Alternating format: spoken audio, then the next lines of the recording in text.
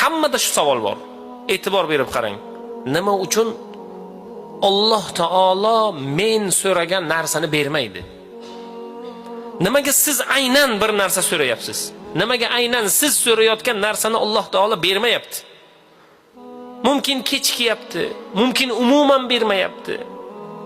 Mumkin qaysidir holatlarda Xudodan bir kamchiligingizni, bir mashaqqatni, bir mushkilani so'rayapsiz. Alloh taolo uni ijobat qilmayapti. Qarzdor duo qilyapti, qarzi yechilmayapti. Uyi yo'q odam duo qilyapti, Alloh unga uy bermayapti. Farzandi yo'q, duo qilyapti, Allohdan farzand so'rayapti, Alloh unga farzand bermayapti, birodar.